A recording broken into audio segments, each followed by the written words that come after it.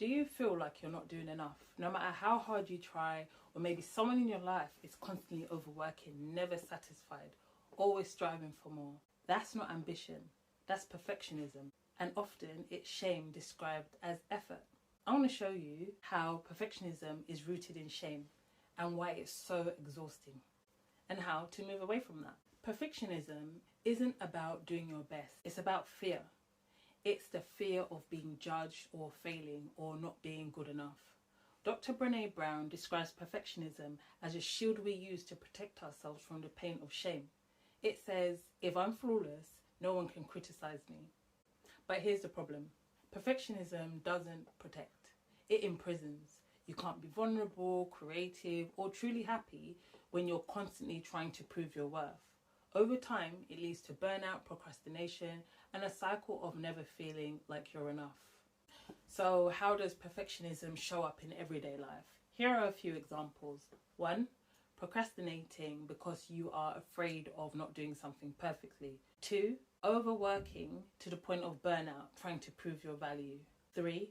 Avoiding risk or new challenges out of fear of failure. Does any of this sound familiar to you or to somebody else that you know? Perfectionism isn't a badge of honor achievements. It's shame driving you to believe you're only as good as your achievements. So how do you deal with perfectionism, whether it's in yourself or someone that you care about?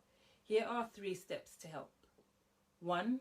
Recognize the shame voice. When you catch yourself thinking, if I mess this up, I'm going to look weak. Pause and ask yourself, is this shame talking? Naming it helps you take back control so you can actually understand where it's coming from. 2. Redefine success. Instead of aiming for flawless, aim for growth. For example, instead of, I have to get this right, try, what can I learn from this?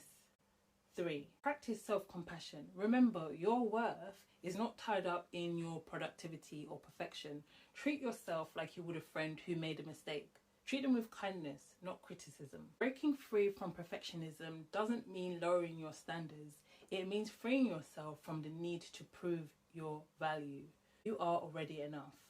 Perfectionism might feel like a way to stay safe. It's really a trap that keeps you from living fully. By recognizing its roots in shame and practicing self-compassion, you can move away from that. In the next video, I'm going to explore self-criticism and other ways shame is holding us back. If you're ready to rewrite your story and stop letting shame define who you are, book a free one-to-one consultation with me, and together we can work on building a new narrative. If this video resonated with you, please like, subscribe, share, comment, follow, all of that good stuff there, and I will see you later.